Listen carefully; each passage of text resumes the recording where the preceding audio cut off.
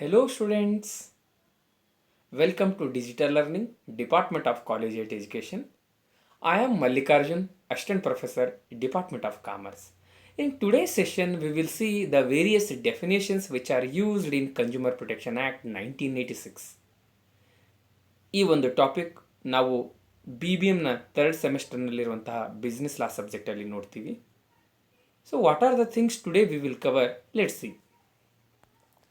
In this session, today we will cover definition of consumer, who can be a complainant, what is consumer dispute, what is deficiency, what is defects. Okay. In the last session, what we covered? Consumer Protection Act ಅಂದರೆ ಏನು, ಅದರ ಉದ್ದೇಶಗಳೇನು, ಅದರ ಫೀಚರ್ಸ್ಗಳು ಯಾವ್ಯಾವು, ಒಬ್ಬ ಕನ್ಸ್ಯೂಮರ್ಗೆ ಇರುವಂಥ ರೈಟ್ಸ್ಗಳು ಯಾವ್ಯಾವು ಅಂತ ನೋಡಿದ್ದೀವಿ. ಇವತ್ತು ಈ ಆ್ಯಕ್ಟಲ್ಲಿ ಕನ್ಸ್ಯೂಮರ್ ಹಾಗೂ ಹಲವಾರು ಟರ್ಮ್ಸ್ಗಳು ನಾವು ಯೂಸ್ ಮಾಡ್ತೀವಲ್ಲ, according to this act what are the definitions ಅಂತ ಒನ್ ಬೈ ಒನ್ ನೋಡ್ತಾ ಹೋಗೋಣ. Okay, let's begin. The first definition is consumer or consumers. Who is a consumer? In this act, according to section 2 subsection 1 clause D, it defined the consumer as consumer is a person who buys any goods for consideration. ಏನೋ ಒಂದಿಷ್ಟು ದುಡ್ಡು ಕೊಟ್ಟು something in return, ಏನೋ ಒಂದು ಕೊಟ್ಟು ಒಂದು goods ಯಾರು purchase ಮಾಡ್ತಾರೋ, ಬೈಸ್ ಮಾಡ್ತಾರೋ, ಯಾರು ಖರೀದಿ ಮಾಡ್ತಾರೋ, that person is a consumer. Who hires or avails any services for consideration. Consideration ಏನೋ ಒಂದಿಷ್ಟು ಅಮೌಂಟ್ ಕೊಟ್ಟು ಯಾರು ಸರ್ವಿಸನ್ನು ತಗೊಳ್ತಾರೋ, he is a consumer, he or she is a consumer. Uses the goods with the approval of the person who has already given some consideration. ಈಗಾಗಲೇ ದುಡ್ಡು ಕೊಟ್ಟು ಖರೀದಿ ಮಾಡ್ಕೊಂಡು ತಂದಿರ್ತಾನಲ್ಲ, ಆ ವ್ಯಕ್ತಿಯ ಪರ್ಮಿಷನನ್ನು ತಗೊಂಡು ಇನ್ನೊಬ್ಬ ವ್ಯಕ್ತಿ ಬಳಸ್ತಾ ಇದ್ದರೆ ಅವನು ಕೂಡ ಕನ್ಸ್ಯೂಮರ್ ಆಗ್ತಾನೆ. ಎಷ್ಟೋ ಸಲ ನಾವೇನು ಮಾಡ್ತೀವಿ, ಬಹಳಷ್ಟು ವಸ್ತುಗಳು ಒಬ್ಬರು ತಂದಿರ್ತಾರೆ, ಅದನ್ನು ಬೇರೆಯವರು ಬಳಸ್ತಾ ಇರ್ತೀವಿ ಅವ್ರ ಪರ್ಮಿಷನ್ ತಗೊಂಡು. Then I will also become a consumer. ಜೊತೆಗೆ a beneficiary of services by taking the permission from that person who has already provided the consideration. ಈಗಾಗಲೇ ಒಂದು ಸರ್ವಿಸ್ ಇರುತ್ತೆ, ಯಾವುದು ಸರ್ವಿಸನ್ನು ಒಬ್ಬರು ಕನ್ಸಿಡರೇಷನ್ ಕೊಟ್ಟು ಪಡೆದಿರ್ತಾರೆ, ಅಂಥವ್ರ ಹತ್ರ ನಾವೇನಾರ ಬೆನಿಫಿಷಿಯರಿ ಆದ್ವಿ ಸರ್ವಿಸ್ ಅಂದರೆ ಆವಾಗ ನಾವು ಕನ್ಸ್ಯೂಮರ್ ಆಗ್ತೀವಿ. ಸೊ ಬೇಸಿಕಲಿ ಕನ್ಸ್ಯೂಮರ್ ಆಗಬೇಕಾಗಿತ್ತೆ ಒಂದು ಕಂಡೀಷನ್ ಏನು, ಅಲ್ಲಿ ಕನ್ಸಿಡರೇಷನ್ ಏನೋ ಒಂದು ಅಮೌಂಟ್ ಕೊಟ್ಟಿರಬೇಕು, ಅಥವಾ ಕೊಟ್ಟಿರೋ ಹತ್ರ ಪರ್ಮಿಷನ್ ತಗೊಂಡು ನಾವು ಯೂಸ್ ಮಾಡಿದ್ರು ಕೂಡ ನಾವು ಕನ್ಸ್ಯೂಮರ್ ಆಗ್ತೀವಿ. So this concept, this definition is given under section 2 subsection 1 clause D. A very important thing here is a person who buys goods and uses them himself exclusively for the purpose of earning livelihood by means of self-employment is also consumer. What does it mean? ಪ್ರತಿ ಸಲ ನಮ್ಮ consumptions, ನಮ್ಮ ಬಳಕೆಗೆ ಬಳಸ್ಬೇಕಂತೇನಿಲ್ಲ. ಕೆಲವೊಂದು ಸಲ ಏನಾಗುತ್ತೆ, ನಾನು ಯಾವುದೋ ಒಂದು ಗೂಡ್ಸನ್ನು ತಂದು ನನ್ನ ಸೆಲ್ಫ್ ಎಂಪ್ಲಾಯ್ಮೆಂಟ್ ಸಲುವಾಗಿ, ಉದ್ಯೋಗ ಸಲುವಾಗಿ ನಾನು ಬಳಸ್ಕೊಳ್ತಾ ಇರ್ತೀನಿ. ಆವಾಗ ಬಳಸಿಕೊಂಡ್ರೂ ಕೂಡ ನಾನೊಬ್ಬ ಕನ್ಸ್ಯೂಮರ್ ಆಗ್ತೀನಿ. ಇವಾಗ ಒಂದು ಪಂಕ್ಚರ್ ಅಂಗಡಿ ಇರುತ್ತೆ, ಹೌದಾ, ಅವನು ಸುಮಾರು ಐಟಮ್ಸ್ಗಳು ತಂದಿರ್ತಾನೆ, ಹೌದಾ. ಒಬ್ಬ ಗ್ಯಾರೇಜ್ ಇಟ್ಕೊಂಡಿರ್ತಾನೆ, ಅವ್ನು ಸುಮಾರು ಅವನು ಓನ್ ಸಲುವಾಗಿ ಕನ್ಸಂಪ್ಷನ್ ಮಾಡದೇ ಇದ್ದರೂ ಕೂಡ ತನ್ನ ಸೆಲ್ಫ್ ಎಂಪ್ಲಾಯ್ಮೆಂಟ್ ಸಲುವಾಗಿ ಬೇರೆ ಬೇರೆ ವೆಹಿಕಲ್ಸ್ಗಳಿಗೆ ಆ ಒಂದು ಗೂಡ್ಸ್ಗಳನ್ನು, ಆ ಪ್ರಾಡಕ್ಟ್ಗಳನ್ನು ಯೂಸ್ ಮಾಡ್ತಾನೆ. ಅವನು ಕೂಡ ಕನ್ಸ್ಯೂಮರೇ ಆಗ್ತಾನೆ. ಅವನೇ ಬಳಸ್ಬೇಕಂತಲ್ಲ, ತಂದಿರೋ ಐಟಮ್ಸ್ಗಳೆಲ್ಲ ಅವನೇ ಬಳಸ್ಬೇಕಂತಲ್ಲ. ಇಂತಹ ಒಂದು ಜಡ್ಜ್ಮೆಂಟ್ ಯಾವ ಒಂದು ಕೇಸಲ್ಲಿ ಸಿಕ್ಕಿದೆ ಅಂದರೆ, the case law is Lakshmi engineering works versus PGS industrial limited 1995 ಒಂದು ಕೇಸ್ ಆಗಿತ್ತು. ಆವಾಗ ಕೋರ್ಟ್ ಏನು ಜಜ್ಮೆಂಟ್ ಕೊಟ್ಟು, ಆ ವ್ಯಕ್ತಿನೇ ಬಳಸ್ಬೇಕಂತೇನಲ್ಲ, ಆ ವ್ಯಕ್ತಿ ಒಂದು ವೇಳೆ ಸೆಲ್ಫ್ ಎಂಪ್ಲಾಯ್ಮೆಂಟ್ ಸಲುವಾಗಿ ಅಂತಹ ಗೂಡ್ಸ್ಗಳನ್ನು ಬಳಸ್ಕೊಳ್ತಾ ಇದ್ದರೆ ಆಗ ಅವನು ಕೂಡ ಕನ್ಸ್ಯೂಮರೇ ಅಂತ ಕನ್ಸಿಡರ್ ಮಾಡಬೇಕು ಅಂತ ಈ ಒಂದು ಕೇಸಲ್ಲಿ ಜಜ್ಮೆಂಟ್ ಕೊಟ್ಟಿದೆ. ಹಾಗಾದರೆ who is not a consumer? ಎಲ್ಲರೂ ಕನ್ಸ್ಯೂಮರೇನಾ? ಯಾರ್ಯಾರು ಟ್ರೇಡರ್ ಹತ್ರ ಹೋಗ್ಬಿಟ್ಟು ಬೈ ಮಾಡ್ತಾರೋ ಎಲ್ಲರೂ ಕನ್ಸ್ಯೂಮರೇನಾ? No, not all are consumer. ಯಾರ್ಯಾರು ಕನ್ಸ್ಯೂಮರ್ ಇಲ್ಲ ಅಂತ ಕೂಡ ಇದೇ ಒಂದು ಆ್ಯಕ್ಟಲ್ಲಿ ಹೇಳುತ್ತೆ. A person is not a consumer if he obtains the goods for resale or commercial purpose. If any person brings bought goods for resale or commercial purpose, commercial purpose ಸಲುವಾಗಿ resale ಮಾಡಲಿಕ್ಕೆ, ಈಗ ಅಂಗಡಿ ಇರುತ್ತೆ, ಅಂಗಡಿಯವನು ಬೇರೆ ಕಡೆಯಿಂದ ಗೂಡ್ಸ್ ತಂದಿರ್ತಾನೆ, ಇನ್ ಕೇಸ್ ಅವು ಆ ರೀತಿ ಏನಾರ ರೀಸೇಲೋ ಅಥವಾ ಕಮರ್ಷಿಯಲ್ ಪರ್ಪಸ್ ತಂದರೆ he will not be called as consumer. Second, buys goods without consideration. ಕೆಲವೊಂದ್ಸಲ ಏನಾಗುತ್ತೆ, ವಿಥೌಟ್ ಕನ್ಸಿಡರೇಷನ್, ಏನೂ ಸಮಥಿಂಗ್ ಇನ್ ರಿಟರ್ನ್, ಏನೂ ಕೊಡದೆ ಏನಾರ ಬೈ ಮಾಡಿದರೆ ಆವಾಗ ನಾವು ಕನ್ಸ್ಯೂಮರ್ ಅನ್ಸ್ಕೊಳ್ಳೋದಿಲ್ಲ according to this act. It means when we pay the consideration, then only we become consumers. Third, hires or avails any service without consideration. ಯಾವ ರೀತಿ ಒಂದು ಗೂಡ್ಸು ಅಥವಾ ಒಂದು ಸರ್ವಿಸನ್ನು ವಿಥೌಟ್ ಕನ್ಸಿಡರೇಷನ್ ನಾವು ಪಡೆದ್ರೆ we cannot be called as consumer. In that situation is beneficiary of service without the consent. ಒಬ್ಬ ವ್ಯಕ್ತಿ ಈಗಾಗಲೇ ಏನೋ ಕನ್ಸಿಡರೇಷನ್ ಕೊಟ್ಟು ಅವನು ಒಂದು ಪ್ರಾಡಕ್ಟ್ ಯೂಸ್ ಮಾಡ್ತಾ ಇದ್ದಾನೆ, ಆ ವ್ಯಕ್ತಿಯ ಪರ್ಮಿಷನ್ ಕನ್ಸೆಂಟನ್ನು ಪಡಿಲಾರ್ದೆ ನಾವು ಆ ಪ್ರಾಡಕ್ಟ್ ಯೂಸ್ ಮಾಡಿದರೆ ನಾವು ಕನ್ಸ್ಯೂಮರ್ ಅನ್ಸ್ಕೊಳ್ಳೋದಿಲ್ಲ. ಒಬ್ಬ ವ್ಯಕ್ತಿ ದುಡ್ಡು ಕೊಟ್ಟು ಸೈಕಲ್ ತಂದಿದ್ದಾನೆ ಅಥವಾ ಬೈಕ್ ತಂದಿದ್ದಾನೆ, ಆ ವ್ಯಕ್ತಿ ಗೊತ್ತಿರಲಾರ್ದೆ ನಾನು ಬೈಕ್ ಓಡಿಸುವಾಗ ಬೈಕಲ್ಲಿ ಏನಾರ ತೊಂದರೆ ನನಗಾದರೆ ನನಗೆ ಕನ್ಸ್ಯೂಮರ್ ಅಂತ ಟ್ರೀಟ್ ಮಾಡಲ್ಲ. Because I did not take the consent permission of the person who has given consideration. ಜೊತೆಗೆ obtain service under a contract of personal service. Personal service ಉದಾಹರಣೆಗೆ ಒಬ್ಬ ಮೇಡ್ ಹತ್ರ, ಒಬ್ಬ ಲಾಯರ್ ಹತ್ರ ನಾವು ಪರ್ಸನಲ್ ಸರ್ವಿಸ್ ತಗೋತೀವಿ ಅಂಡರ್ ದಿ ಕಾಂಟ್ರಾಕ್ಟ್, ಅಂಥ ಕಡೆ ಕೂಡ ನಾವು ಕನ್ಸ್ಯೂಮರ್ ಅಂತ ಅನ್ಸ್ಕೊಳ್ಳೋದಿಲ್ಲ. So these are the situations where we cannot call some person who is using the service or product as consumer. Consumer dispute ವಿವಾದ, ಗ್ರಾಹಕ ವಿವಾದ. ಯಾವುದನ್ನು ವಿವಾದ ಅಂತ ಕರಿತೀವಿ, ವಿವಾದ ಅಂದರೆ ಏನು ಅಂತ ಈ ಒಂದು ಆ್ಯಕ್ಟ್ ಡಿಫೈನ್ ಮಾಡಿದೆ. ಅಕಾರ್ಡಿಂಗ್ to section 2 subsection 1 clause E. ಈ ಎಲ್ಲ ಸೆಕ್ಷನ್ಸ್ಗಳು ನಿಮಗೆ ಬೈ ಹಾರ್ಟ್ ಇರಬೇಕು, ನೀಟಾಗಿ ಒಂದು ಕಡೆ ನೀವು ಬರೆದಿಟ್ಕೊಂಡಿರಬೇಕು. Because sections are very important. ನಿಮ್ಮ ಆನ್ಸರಲ್ಲಿ ಮೆನ್ಷನ್ ಮಾಡುವಾಗ ವಿತ್ ಸೆಕ್ಷನ್ ಮೆನ್ಷನ್ ಮಾಡಿದರೆ ತುಂಬ ಎಫೆಕ್ಟಿವ್ ಆಗಿರುತ್ತೆ. Consumer dispute section 2 subsection 1 clause E. Consumer dispute means a dispute ವಿವಾದ where the person against whom a complaint has been made denies or disputes the allegation contained in the complaint. ನಾನೊಬ್ಬ trader ಇದ್ದೀನಿ, ನಾನು ಯಾವುದೋ ಒಂದು ವಸ್ತುವನ್ನು sale ಮಾಡಿದ್ದೀನಿ. Sale ಮಾಡಿದಾಗ ಒಬ್ಬ ಕಸ್ಟಮರ್ ಬಂದು ಏನು ಕಂಪ್ಲೇಂಟ್ ಮಾಡ್ತಾ ಇದ್ದಾನೆ, ಅಲಿಗೇಷನ್ ಮಾಡ್ತಾ ಇದ್ದಾನೆ, ಆರೋಪ ಮಾಡ್ತಾ ಇದ್ದಾನೆ, ಇದರಲ್ಲಿ ಇಂಥ ಸಮಸ್ಯೆ ಇದೆ, ನಾನು ನಿಮ್ಮ ಹತ್ರ ಒಂದು ಪ್ರಾಡಕ್ಟ್ ತೊಗೊಂಡೋಗಿದ್ದೆ, ಒಂದು ಪೆನ್ನು ಪೆನ್ಸಿಲ್ ಏನೋ ತೊಗೊಂಡೋಗಿದ್ದೆ, ಪೆನ್ಸಿಲ್ ವರ್ಕ್ ಮಾಡ್ತಾ ಇಲ್ಲ ಅಂತ. If pencil, I am giving small example, ಪೆನ್ಸಿಲ್ಗೆಲ್ಲ ನಾವು ಕನ್ಸ್ಯೂಮರ್ ಡಿಸ್ಪ್ಯೂಟ್ ಮಾಡೋಕ್ಕಾಗಲ್ಲ. ಫಾರ್ ಎಕ್ಸಾಂಪಲ್ ಟಿ ವಿ ತೊಗೊಂಡೋಗಿದ್ದೀನಿ ಅಂತ ಇಟ್ಕೊಳ್ಳೋಣ, ಆ ಟಿ ವಿ ಕರೆಕ್ಟಾಗಿ ವರ್ಕ್ ಮಾಡ್ತಾ ಇಲ್ಲ, ನೀಟಾಗಿ ಸ್ಕ್ರೀನ್ ಕಾಣಿಸ್ತಾ ಇಲ್ಲ. ಡಿಸ್ಪ್ಯೂಟ್ ಮಾಡಿದಾಗ ಒಪ್ಕೊಂಡ್ರೆ ಡಿಸ್ಪ್ಯೂಟ್ ಆಗ. ಇನ್ ಕೇಸ್ ಆ ಟ್ರೇಡರ್ ಒಪ್ಕೊಂಡು ಸರ್ ಚೇಂಜ್ ಮಾಡಿಕೊಡ್ತೀನಿ ಅಂತ ಹೇಳಿದರೆ you cannot call it as dispute. ಇಲ್ರಿ ಟಿ ವಿ ಚೆನ್ನಾಗೇ ಇತ್ತು, ನೀವೇನೋ ಮನೆಯಲ್ಲೇ ನೀವು ಹಾಳು ಮಾಡಿರಬೇಕು ಅಂತ ಅಲಿಗೇಷನ್ಗೆ ಡಿನೈ ಮಾಡಿದರೆ, ಅಲ್ಲಗಳೆದ್ರೆ, then it is called as consumer dispute. So what are the consumer disputes?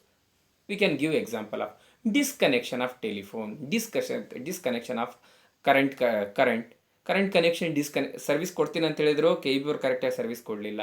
ಇದು ಸರ್ವಿಸ್ಗೆ ಎಕ್ಸಾಂಪಲ್ಲು. ಒಂದು ಬೈಕ್ ತಂದ್ವಿ, ಆ ಬೈಕಲ್ಲಿ ಕರೆಕ್ಟಾಗಿ ಕ್ಲಚ್ ಕರೆಕ್ಟಾಗಿ ವರ್ಕ್ ಮಾಡ್ತಾ ಇಲ್ಲ, ಗಿಯರ್ ಕರೆಕ್ಟಾಗಿ ವರ್ಕ್ ಮಾಡ್ತಾ ಇಲ್ಲ, ಡಿಫೆಕ್ಟಿವ್ ಪ್ರಾಡಕ್ಟ್ ಇದೆ, ಕನ್ಸ್ಯೂಮರ್ ಡಿಸ್ಪ್ಯೂಟ್. ಅಥವಾ ಕೆಲವೊಂದು ಸಲ ಏನಾಗುತ್ತೆ, ಒಂದು ಐಟಮ್ಸ್ ತೊಗೋಬೇಕಾದ್ರೆ ಇನ್ನೊಂದು ಐಟಮ್ಸ್ ನೀವು ತೊಗೊಳ್ಳೇಬೇಕು ಅಂತ ಕಂಡೀಷನ್ ಹಾಕ್ತಾರೆ. ಎಸ್ಪೆಷಲಿ ಏನು ಮಾಡ್ತಾರೆ ಅಂದರೆ, ನೀವು ಇವಾಗ AC ತೊಗೊಳ್ತಾ ಇದ್ದೀರಂದರೆ ಅದ್ರ ಜೊತೆ ಏರ್ ಕೂಲರ್ ತೊಗೊಳ್ರಿ, ಇಲ್ಲಾಂದರೆ ಮೊಬೈಲ್ ತೊಗೋತೀನಂದರೆ ಅದ್ರ ಜೊತೆಗೆ ಹೆಡ್ಫೋನ್ ತೊಗೊಳ್ಳೇಬೇಕು, ಆಮೇಲೆ ಚಾರ್ಜರ್ ತೊಗೊಳ್ಳೇಬೇಕು, ಈ ಬ್ಯಾಕ್ ಕವರ್ ಬರುತ್ತಲ್ಲ, ಬ್ಯಾಕ್ ಕವರ್ ತೊಗೊಳ್ಳೇಬೇಕು. ಈ ರೀತಿ ಕಂಡೀಷನ್ ಮಾಡಿದರೆ these are all will be called as consumer disputes according to section 2 subsection 1 clause E. ಹಾಗಾದರೆ ಕನ್ಸ್ಯೂಮರ್ ಡಿಸ್ಪ್ಯೂಟ್ ಅಂತ ತಿಳ್ಕೊಂಡಿವಿ. ಯಾರು ಕಂಪ್ಲೇಂಟ್ ಕೊಡ್ಬೋದು, ಯಾರು ಕಂಪ್ಲೇಂಟ್ ಕೊಡ್ತಾರೋ ಅವರನ್ನು ಕಂಪ್ಲೇನಂಟ್ ಅಂತೀವಿ. ನಾನು ಒಂದು ವೇಳೆ ಕಂಪ್ಲೇಂಟ್ ಕೊಡೋದಾದರೆ ನನ್ನನ್ನು ಕಂಪ್ಲೇನೆಂಟ್ ಅಂತ ಕರಿತೀವಿ. So who can be A complaint? ಯಾರು ಬೇಕಾದರೂ ಕೊಡ್ಬೋದಾ? ನಾನು ಪ್ರಾಡಕ್ಟ್ ತಂದಿದ್ದೀನಿ, ಇನ್ನೊಬ್ರು ಯಾರೋ ಹೋಗಿ ಕೊಡ್ಬೋದಾ? ಅದಕ್ಕೂ ಕೆಲವೊಂದು ರೂಲ್ಸ್ ರೆಗ್ಯುಲೇಷನ್ಸ್ ಇದ್ದಾವೆ, ಕೆಲವೊಂದು ಇನ್ಸ್ಟ್ರಕ್ಷನ್ಸ್ ಇದ್ದಾವೆ ಈ ಆ್ಯಕ್ಟಲ್ಲಿ. ಯಾರ್ಯಾರು ಕಂಪ್ಲೇಂಟ್ ಕೊಡ್ಬೋದು? ಫಸ್ಟ್, ಅ ಕನ್ಸ್ಯೂಮರ್, ನಾನು ಕೊಡ್ಬೋದು. If I bought a good for consideration I will become a consumer, ನಾನು ಕೊಡ್ಬೋದು. ಎನಿ ವಾಲಂಟರಿ ಕನ್ಸ್ಯೂಮರ್ ಅಸೋಸಿಯೇಷನ್, ಗ್ರಾಹಕರ ವೇದಿಕೆಗಳಂತೇಳಿ ಇರ್ತವೆ, ಸಾಮಾನ್ಯವಾಗಿ ಸಿಟಿಯಲ್ಲಿ ಮಾಡ್ಕೊಂಡಿರ್ತಾರಪ್ಪ. ಎಂಥವು? ಬಸವನಗುಡಿ ಗ್ರಾಹಕರ ವೇದಿಕೆ, ತುಮಕೂರು ಗ್ರಾಹಕರ ವೇದಿಕೆ, ಕಲಬುರಗಿ ನಗರ ಗ್ರಾಹಕರ ವೇದಿಕೆ. ಒಂದು ಕಾಲೋನಿಯಲ್ಲಿ ಗ್ರಾಹಕರ ವೇದಿಕೆ ಮಾಡ್ಕೊಂಡಿರ್ತಾರೆ, ಒಂದು ಡಿಸ್ಟಿಕಲ್ಲಿ ಮಾಡ್ಕೊಂಡಿರ್ತಾರೆ. ಇಂಥ ವೇದಿಕೆಗಳು, ವಾಲಂಟರಿ ಕನ್ಸ್ಯೂಮರ್ ಅಸೋಸಿಯೇಷನ್ಸ್ ಇರ್ತಾವಲ್ಲ, ಇಂಥ ಅಸೋಸಿಯೇಷನ್ಸ್ಗಳು ಕೂಡ they can give complaint. The central government or state government ಕೆಲವೊಂದು ಸಲ ಏನು ಮಾಡುತ್ತೆ, ಗೌರ್ಮೆಂಟೇ ಕಂಪ್ಲೇಂಟ್ ಕೊಡುತ್ತೆ. ಅರೆ, ಇಟ್ಸ್ ಶಾಕಿಂಗ್ ಅಲ್ಲ? ನಮ್ಮ ಪರವಾಗಿ ಗೌರ್ಮೆಂಟ್ ಕೊಡುತ್ತಾ? ಹೌದು, ಡೆಫಿನೆಟ್ಲಿ ಕೊಡುತ್ತೆ. ಕೆಲವೊಂದು ಸಲ ಏನಾಗುತ್ತೆ, ಇತ್ತೀಚೆಗೆ ಒಂದು ಬೆಂಗಳೂರಲ್ಲಿ ಫ್ರಾಡ್ ಆಗಿತ್ತು. ಲಕ್ಷಾಂತರ ಜನರಿಗೆ ಮೋಸ ಮಾಡಿಬಿಟ್ಟಿದ್ರು. ಏನು, ಜಾಸ್ತಿ ಬಡ್ಡಿ ಕೊಡ್ತೀವಂತ ಜನರ ಹತ್ರ ಎಲ್ಲ ದುಡ್ಡು ಕಲೆಕ್ಟ್ ಮಾಡ್ಕೊಂಡ್ಬಿಟ್ಟು ಓಡೋಗ್ಬಿಟ್ಟಿದ್ರು. ಅಂಥ ಟೈಮಲ್ಲಿ ಗೌರ್ಮೆಂಟ್ ಮೊಟ್ಟೋ ಅಂತ ಕರಿತೀವಿ, ಸ್ವ ಇಚ್ಛೆಯಿಂದ ಗೌರ್ಮೆಂಟ್ ಏನು ಮಾಡುತ್ತೆ, ಕಂಪ್ಲೇಂಟ್ ಕೊಡುತ್ತೆ. ಸೆಂಟ್ರಲ್ ಗೌರ್ಮೆಂಟ್ ಆರ ಕೊಡ್ಬೋದು, ಸ್ಟೇಟ್ ಗೌರ್ಮೆಂಟ್ ಆರ ಕೊಡ್ಬೋದು. ವಿಶೇಷವಾದಂಥ ಪ್ರಕರಣಗಳಲ್ಲಿ ಸ್ಟೇಟ್ ಗೌರ್ಮೆಂಟ್, ಸೆಂಟ್ರಲ್ ಗೌರ್ಮೆಂಟ್ ಕೂಡ ಜಾಸ್ತಿ ಜನರಿಗೆ ಅನ್ಯಾಯ ಆಗಿದೆ ಅಂದಾಗ ಖುದ್ದು ಸೆಂಟ್ರಲ್ ಗೌರ್ಮೆಂಟ್, ಸ್ಟೇಟ್ ಗೌರ್ಮೆಂಟ್ ಕೂಡ ಕಂಪ್ಲೇಂಟ್ ಕೊಡುತ್ತೆ. One or more consumers where common interest exits. ಕೆಲವೊಂದು ಸಲ ಏನಾಗುತ್ತೆ, ಒಂದೇ ಒಂದು ಇಶ್ಯೂ ಸುಮಾರು ಜನರಿಗೆ ಎಫೆಕ್ಟ್ ಆಗಿರುತ್ತೆ. ಹೌದಾ? ಯಾವುದೋ ಒಂದು ಅಂಗಡಿಯಲ್ಲಿ ಎಲ್ಲರೂ ಹೋಗ್ಬಿಟ್ಟು ಬಟ್ಟೆ ತೊಗೊಂಡಿರ್ತಾರೆ, ಒಂದು 10 ಜನ ಸೇರಿ ಬಟ್ಟೆ ತೊಗೊಂಡಿರ್ತಾರೆ. 10 ಜನರಿಗೂ ಡಿಫೆಕ್ಟ್ ಆಗಿರೋಂಥ ಬಟ್ಟೆಗಳು ಬಂದಿದ್ದಾವೆ, ಟೆಕ್ಸ್ಟೈಲ್ ಸರಿಯಾಗಿ ಸಿಕ್ಕಿಲ್ಲ. ಪ್ರತಿಯೊಬ್ಬರು 10 ಜನ ಕಂಪ್ಲೇಂಟ್ ಮಾಡೋ ಅವಶ್ಯಕತೆ ಇಲ್ಲ. 10 ಜನ ಪರವಾಗಿ ಒಬ್ಬರು ಅಥವಾ ಇಬ್ಬರು ಅವರು ಆ ಒಂದು ಪಟ್ಟಿಯಲ್ಲಿ ಹೆಸರು ಸೇರಿ ಕಂಪ್ಲೇಂಟ್ ಕೊಟ್ಟರು ಕೂಡ that is valid. One or more consumers on behalf of all the consumers. Sometimes what happens, the consumer who has bought the product or who used the service dies. ಅದು ಪ್ರಾಡಕ್ಟ್ ಯೂಸ್ ಮಾಡಾದ್ರೆ death ಆಗಿರ್ಬೋದು, unfortunate ರೀಸನ್ನಿಂದ death ಆಗಿರ್ಬೋದು. ಅಂಥ ಟೈಮಲ್ಲಿ ಅದು ಹೋಗ್ಬಿಡ್ತಾ, ಅವ್ರು ಮಾಡೋಕ್ಕೆ ಆಗಲ್ವಾ? ಹಾಗೇನಿಲ್ಲ. Legal heir in case of death of a consumer. ಕಾನೂನುಬದ್ಧವಾಗಿ ಅವರ ಆಸ್ತಿ ಪಾಸ್ತಿ ಎಲ್ಲ ಯಾರಿಗೆ ಹೋಗುತ್ತಲ್ಲ ಅಂಥ ವ್ಯಕ್ತಿ ಏನು ಮಾಡ್ತಾನೆ, ಕನ್ಸ್ಯೂಮರ್ ಡಿಸ್ಪ್ಯೂಟ್ ಕಂಪ್ಲೇಂಟು ಮಾಡೋಕ್ಕೆ ಅವಕಾಶ ಇದೆ. Legal heir, HEIR, legal heir in case of death of consumer. So these are all the people who can be a complainant. ಹಾಗಾದರೆ ಯಾವುದ್ರ ಬಗ್ಗೆ ನಾವು ಕಂಪ್ಲೇಂಟ್ ಕೊಡ್ಬೋದು? ಎಲ್ಲದರ ಬಗ್ಗೆ ಕಂಪ್ಲೇಂಟ್ ಕೊಡ್ಬೋದಾ? ಅದರಲ್ಲಿ ಇಂತಿಂಥ ವಿಷಯಗಳಿಗೆ ಮಾತ್ರ ಕಂಪ್ಲೇಂಟ್ ಕೊಡಬೇಕು ಅಂತ ಕಾನೂನಲ್ಲಿದೆ. ಇಲ್ಲಾಂದರೆ ಬೇಕಾಬಿಟ್ಟು ಅಂಗಡಿಯವರು ವ್ಯಾಪಾರ ಮಾಡೋಕ್ಕೆ ಆಗಲ್ಲ. ಒಂದು 10 ದಿವಸ ನಾನು ಒಂದು ವಸ್ತು ಬಳಸ್ತೀನಿ, ಆಮೇಲೆ ನನಗೆ ಇಷ್ಟ ಆಗಿಲ್ಲ, ವಾಪಸ್ ತೊಗೊಂಡ್ಬಿಡು. ಟಿವಿದು ಯಾವುದೋ ಒಂದು ಮೊಬೈಲ್ ತೊಗೊಂಡೋಗಿರ್ತೀವಿ, ಸ್ಪೆಸಿಫಿಕೇಷನ್ ಸ್ಟಾರ್ಟಿಂಗಲ್ಲಿ ನಮ್ಗೆ ಅನ್ಸೋದಿಲ್ಲ, ಆಮೇಲೆ ಸ್ಪೆಸಿಫಿಕೇಷನ್ ಚೆನ್ನಾಗಿಲ್ಲ, ಇದಕ್ಕಿಂತ ಅಡ್ವಾನ್ಸ್ ತೊಗೋಬೋದು ಅಂತ ಯಾರೋ ಹೇಳಿದ್ರು. ಅಥವಾ ಏನೋ ಬಿಗ್ ಬಿಲಿಯನ್ ಅಂತ ಅಮೆಜಾನಲ್ಲಿ ಆಫರ್ ಬಂದುಬಿಟ್ಟು ಹಳೆ ಫೋನ್ ಮಾರಬೇಕು, ಕಂಪ್ಲೇಂಟ್ ಕೊಡೋಣ. ಈ ಥರ ಮಾಡೋಕ್ಕಾಗಲ್ಲ. There are some rules and regulations. ಇಂತಿಂಥ ವಿಷಯಕ್ಕೆ ಮಾತ್ರ ಕಂಪ್ಲೇಂಟ್ ಕೊಡಬೇಕು ಅಂತ ಇದೆ. ಇಲ್ಲಾಂದರೆ ಏನಾಗುತ್ತೆ, ವ್ಯಾಪಾರ ಮಾಡೋಕ್ಕೆ ಆಗೋದಿಲ್ಲ ಯಾರು, ಅಂಥ ಸ್ಥಿತಿ ನಿರ್ಮಾಣ ಆಗುತ್ತೆ. ಅದಕ್ಕಾಗಿ the consumer protection act has defined the situations where one person can give complaint. One complaint is unfair trade practice or restrictive trade practice. ಇದರ ಬಗ್ಗೆ ನಾವು ಡಿಟೇಲ್ಡಾಗಿ ನೋಡ್ತೀವಿ, ನೆಕ್ಸ್ಟ್ ಸೆಷನಲ್ಲೇ ನಾವು ನೋಡ್ತೀವಿ ಡಿಟೇಲ್ಡಾಗಿ. ಅನ್ಫೇರ್ ಟ್ರೇಡ್ ಪ್ರಾಕ್ಟೀಸ್ ಅಥವಾ ರಿಸ್ಟ್ರಿಕ್ಟಿವ್ ಟ್ರೇಡ್ ಪ್ರಾಕ್ಟೀಸ್ ಅಂತ ಕಂಡು ಬಂದರೆ we can give complaint. Goods bought suffers from one or more defects. Sometimes ಏನಾಗುತ್ತೆ, ನಾವು ತಂದಿರುವಂಥ ಗೂಡ್ಸು ಯಾವುದು, ಟಿ ವಿ ತಂದಿರ್ತೀವಿ, ಸ್ಕ್ರೀನ್ ಕರೆಕ್ಟಾಗಿರಲ್ಲ. ಬೈಕ್ ತಂದಿರ್ತೀವಿ, ಅದಕ್ಕೆ ಏನೋ ಕ್ಲಚ್ಚು ಮತ್ತೊಂದಿರುತ್ತೆ, ಡೋಮ್ ಹಾಳಾಗಿರುತ್ತೆ, ಏನೋ ಒಂದು ಸಮಸ್ಯೆ ಆಗಿರುತ್ತೆ. ಈ ರೀತಿ ಒನ್ ಆರ್ ಮೋರ್ ಡಿಫೆಕ್ಟ್ಸ್ ಇದ್ದರೆ V can give complaint. Service availed suffers from deficiency. ಯಾವುದೋ ಒಂದು ಸರ್ವಿಸ್ ತೊಗೊಂಡಿರ್ತೀವಿ, ಅದರಲ್ಲಿ ಡೆಫಿಷಿಯನ್ಸಿ ಇರುತ್ತೆ. ದೊಡ್ಡ ಹೋಟೆಲ್ಗೆ ಹೋಗಿರ್ತೀವಿ, 5 ಸ್ಟಾರ್ ಇದೆ, 5 ಸ್ಟಾರ್ ಹೋಟೆಲ್ ಇದೆ ಅಂತ ಹೋಗಿರ್ತೀವಿ, 10,000 ರೂಪಾಯಿ ಚಾರ್ಜ್ ಮಾಡಿರ್ತಾನೆ ಒಂದು ನೈಟ್ಗೆ. ಬಟ್ ಅಲ್ಲಿ ಬಿಸಿ ನೀರಿನ ವ್ಯವಸ್ಥೆ ಇರಲ್ಲ, ಕುಡಿಯೋ ನೀರಿನ ವ್ಯವಸ್ಥೆ ಇರಲ್ಲ, ಬೆಡ್ ಎಲ್ಲ ಏನೇನೋ ವಾಸನೆ ಬರ್ತಾ ಇರ್ತದೆ, ಹುಳುಗಳು, ತಿಗಣೆಗಳು, ಸೊಳ್ಳೆಗಳೆಲ್ಲ ಇರ್ತವೆ. So it means if the service suffers a deficiency we can give a complaint. Service provider charges excess price. ಕೆಲವೊಂದು ಸಲ ಏನಾಗುತ್ತೆ, MRP ಮ್ಯಾಕ್ಸಿಮಮ್ ರಿಟೇಲ್ ಪ್ರೈಸ್ಗಿಂತಲೂ ಸಿಕ್ಕಾಪಟ್ಟೆ ಚಾರ್ಜ್ ಮಾಡ್ತಾ ಇದ್ರೆ ಅಂದ್ರೆ ಕೂಡ ನಾವು ಏನು ಮಾಡ್ಬೋದು, we can give complaint. Especially corona ಪೀರಿಯಡಲ್ಲಿ ಏನು ಮಾಡಿಬಿಟ್ರು, 10 ರೂಪಾಯಿ 20 ರೂಪಾಯಿ ಸಿಗೋಂಥ ಮಾಸ್ಕ್ಗಳು 100 ರೂಪಾಯಿಗೆ ಮಾರಿದ್ರು.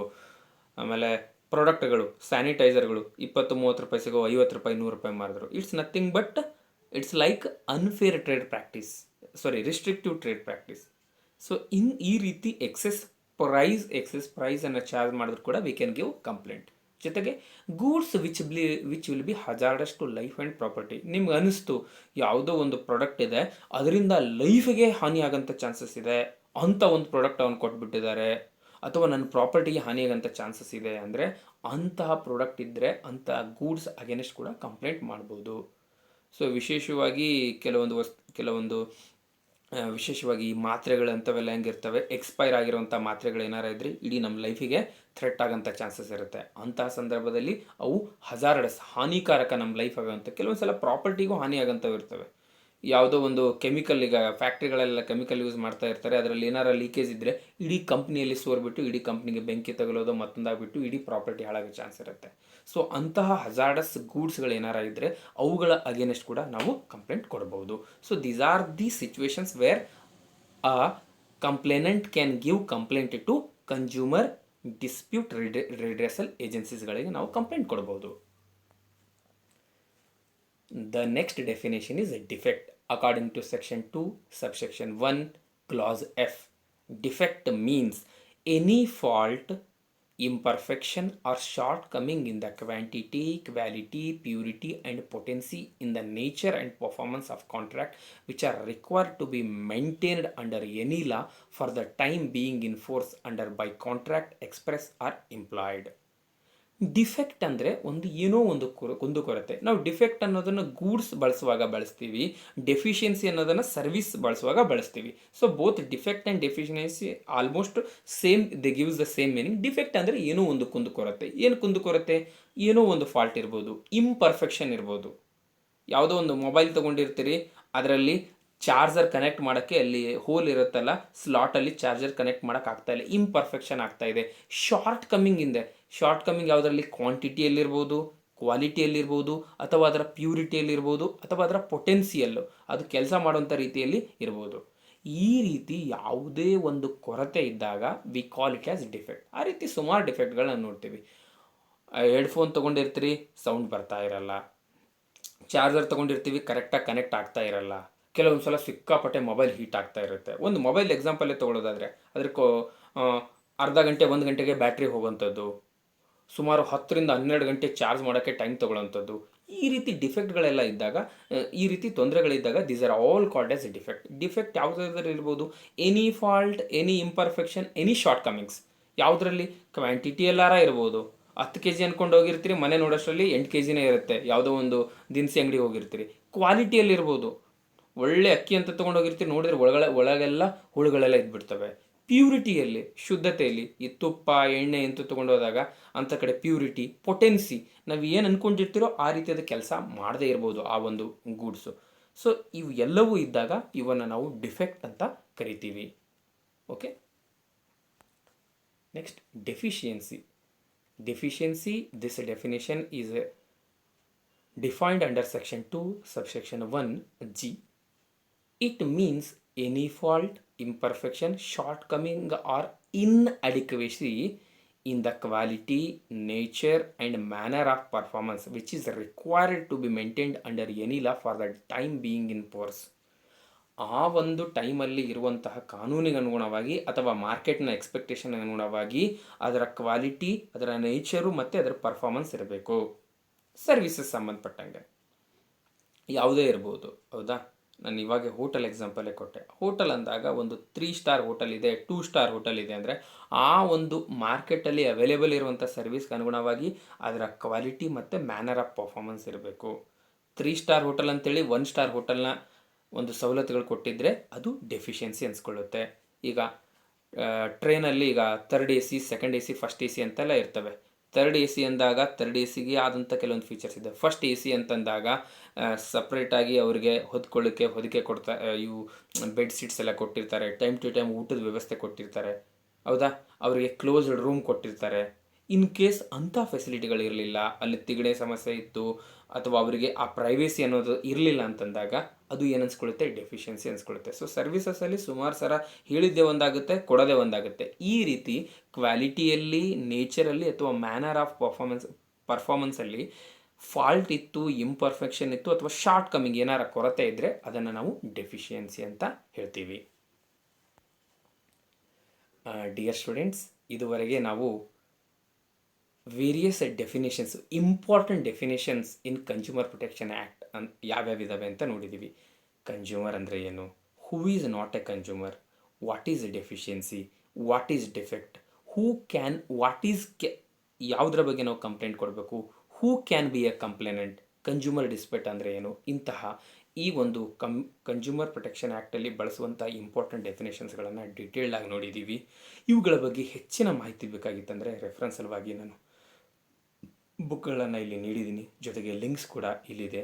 ಇವುಗಳನ್ನು ನೋಡೋದ್ರ ಮೂಲಕ ಆ್ಯಕ್ಟನ್ನು ಒರಿಜಿನಲ್ ಫಾರ್ಮೆಟಲ್ಲಿ ಓದಿದರೆ ಹಲವಾರು ಡೆಫಿನೇಷನ್ಸ್ಗಳು, ಇದ್ರ ಜೊತೆಗೆ ಬೇರೆ ಬೇರೆ ಡೆಫಿನೇಷನ್ಸ್ಗಳು, ಲ್ಯಾಬೊರೇಟರಿ ಅಂತ ಇದೆ, ಗೂಡ್ಸ್ ಅಂತ ಇದೆ, ಸರ್ವಿಸಸ್ ಅಂತಿದೆ, ಹಲವಾರು ಡೆಫಿನೇಷನ್ಸ್ಗಳನ್ನು ಕೂಡ ನೀವು ಅಲ್ಲಿ ಸ್ಟಡಿ ಮಾಡ್ಬೋದು. ಅದಕ್ಕಾಗಿ ಆ್ಯಕ್ಟ್ ಓದುವಾಗ ಸಾಧ್ಯ ಆದಷ್ಟು ವೆಬ್ಸೈಟಲ್ಲಿ ಸಿಗುವಂತಹ ಆ್ಯಕ್ಟ್ನ ಒರಿಜಿನಲ್ ಕಾಪಿ ಇರುತ್ತಲ್ಲ ಅದನ್ನೇ ಡೌನ್ಲೋಡ್ ಮಾಡಿಕೊಂಡು ನೀವು ಸ್ಟಡಿ ಮಾಡಿದರೆ ಇನ್ನೂ ನಿಮಗೆ ಅನುಕೂಲ ಆಗುತ್ತೆ. ಮತ್ತು ಎಕ್ಸಾಮ್ಸಲ್ಲಿ ಕಡ್ಡಾಯವಾಗಿ ನೀವು ಸೆಕ್ಷನ್ಸ್ಗಳನ್ನು ಬರೆಯೋದನ್ನು ಮರಿಬೇಡ್ರಿ. ಸೆಕ್ಷನ್ಸ್ ಬರೆಯೋದ್ರಿಂದ ಆ ಸಬ್ಜೆಕ್ಟ್ ಬಗ್ಗೆ ಗ್ರಿಪ್ ಇದೆ ಅಂತ ಗೊತ್ತಾಗುತ್ತೆ, ಜೊತೆಗೆ ನಿಮ್ಮ ಆನ್ಸರ್ಸ್ಗಳಿಗೆ ವೇಟೇಜ್ ಸಿಗುತ್ತೆ.